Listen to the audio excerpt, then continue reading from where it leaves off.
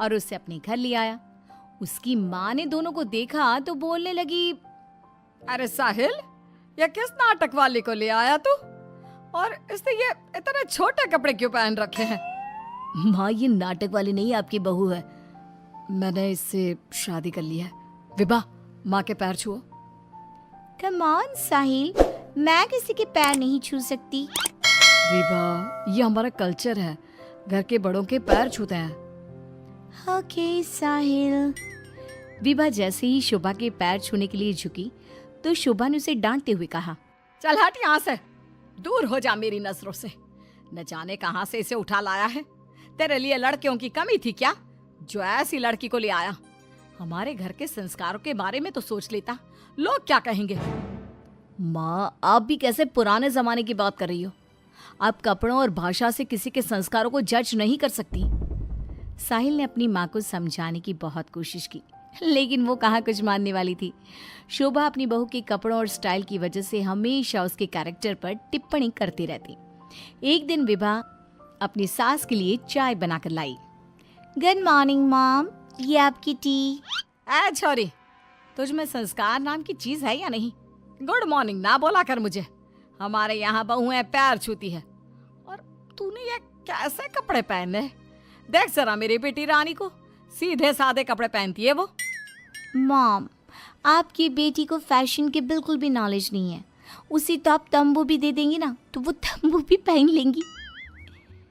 देखो माँ, भाभी कैसे मेरा मजाक उड़ा रही हैं। रानी, मैं तुम्हारा मजाक नहीं उड़ा रही, मगर जरा देखो खुद को, कैसी लग रही हो। तुम्हें फैशन का बिल्कुल भी सेंस नहीं है। कुछ तो लड़कियों वाली हरकतें किया करो। चलो कोई बात नहीं, मैं आ गई हूँ ना, सब सिखा दूंगी। इतना कहकर विभा वहां से चली जाती है और रानी सोचने लगती है, भाभी आपने मेरा मजाक उड़ाकर अच्छा नहीं किया। अब देखो मैं कैसे आपको इस घर से बाहर निकालती हूँ। अब रानी हर समय अपनी भाभी की कमियां ढूंढने में लगी रहती। रानी की माँ तो विभा से नफरत करती ही थी, लेकिन घर से निकालने के लिए जरूरी था कि साहिल भी विभा से नफरत करे। एक दिन घर में पूजा हो रही थी। घर के सभी सदस्य पूजा में शामिल हुए, लेकिन विभा नहीं हुई। जब पूजा खत्म हुई तो रानी ने कहा, भैया माना कि भाभी फैशनेबल हैं, लेकिन इसका मतलब ये तो नहीं कि वो भगवान में बिल्कुल आस्था ना रखे। उन्हें पूजा में तो आना चाहिए था ना। हाँ बेटा, तूने अपनी मर्जी से शादी तो कर ली, अब अपनी मॉडल बहू को घर के तौर तरीके तो सिखा दे।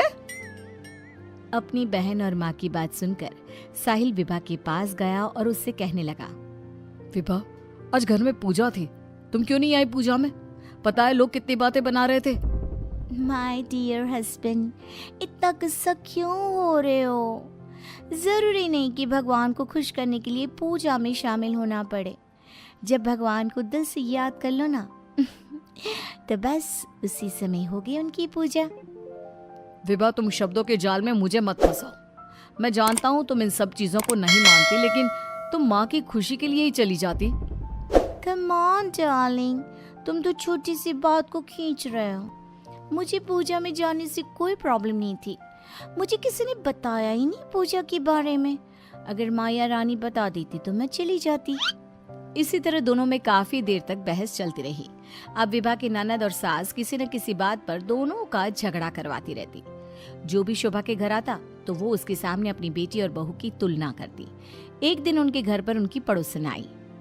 शोभा बहन, कैसी हो? कहाँ है आपकी फिरंगी बहू? अरे घूम रही होगी आधे कपड़े पहनकर कहीं।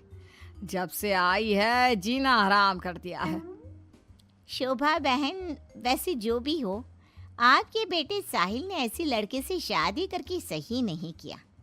आपके घर में सब कितने संस्कारी हैं।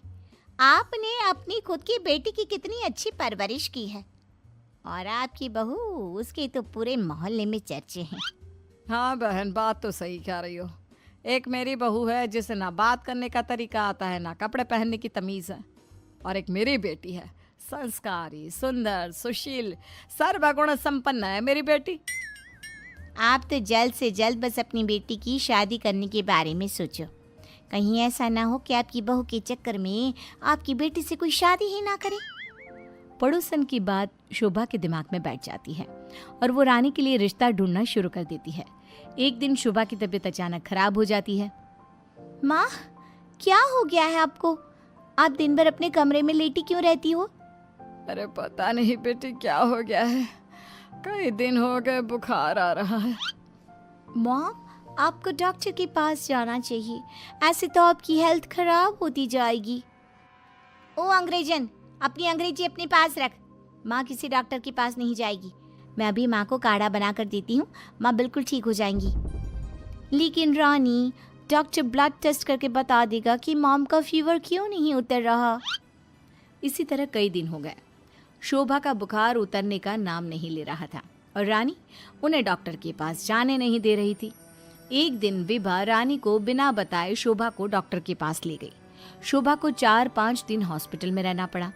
इसी बीच विभा ने अपनी सास की बहुत देखभाल की, लेकिन रानी एक बार भी अपनी माँ से मिलने नहीं आई। बहू, मेरी इतनी ज़्यादा तबीयत खराब थी, लेकिन रानी मुझसे एक बार भी मिलने नहीं आई। डोंट वरी मॉम, घर में कोई नहीं है ना, तो वो घर में ही रहती है। अब डॉक्टर ने बोला है कि आप घर आ सकती हैं, तो आप ज़्यादा सोचिए मत। अब शोभा को पहली बार अपनी बेटी और बहू के संस्कारों के बीच का अंतर पता चला। शोभा अपनी बहू को प्यार करने लगी। एक दिन शोभा ने विभा से कहा, बहू, आज शाम को लड़के वाले रानी को देखने आ रहे हैं। रानी और तुम बाजार चली जाओ, खाने का कुछ सामान और रानी के लिए अच्छी सी साड़ी लेकर आना। माँ, मैं भाभी के साथ नहीं जाऊंगी। वो साड़ी दिलाने की जगह कोई स्कर्ट या जींस दिलाकर ले आएंगी। बहू, तो इसे साड़ी ही दिलाकर लाना, ठीक है? Okay mom. रानी और विभा मार्केट के लिए निकल जाती हैं, लेकिन रास्ते में बहुत ट्रैफिक था। पूछने पर पता चला कि एक कार का एक्सीडेंट हो गया है। विभा और रानी ने कार के पास जाकर देखा तो एक लड़का बहुत बुरी तरह से जख्मी पड़ा था। कोई उसकी मदद नहीं कर रहा था। लोग खड़े होकर बस तमाशा देख रहे थे। विभा ने उस लड़की की मदद करना चाहा तो रानी ने उसे रोकते हुए कहा, भाभी, ये क्या कर रही हो? जब कोई इसकी मदद नहीं कर रहा तो हम क्यों करें? रानी, ये क्या बोल रही हो तुम? अगर हमने इसकी हेल्प नहीं करी तो ये मर सकता है।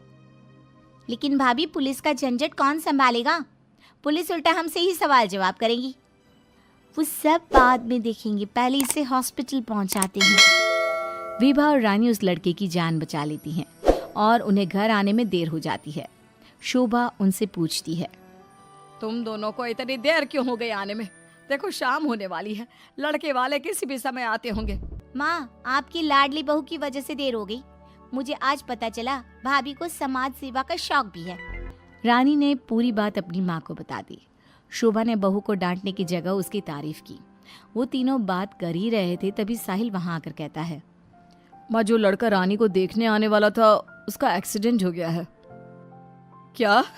ये तो बहुत बुरा हुआ। ठीक तो है ना वो? हमें जल्दी उसे देखने जाना चाहिए।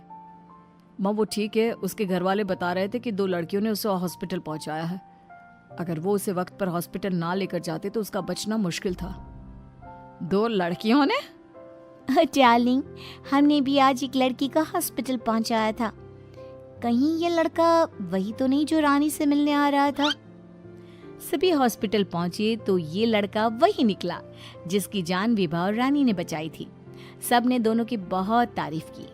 रानी ने अपनी भाभी से माफी मांगते हुए कहा, भाभी, मुझे माफ कर दो। मैंने हमेशा आपको गलत समझा।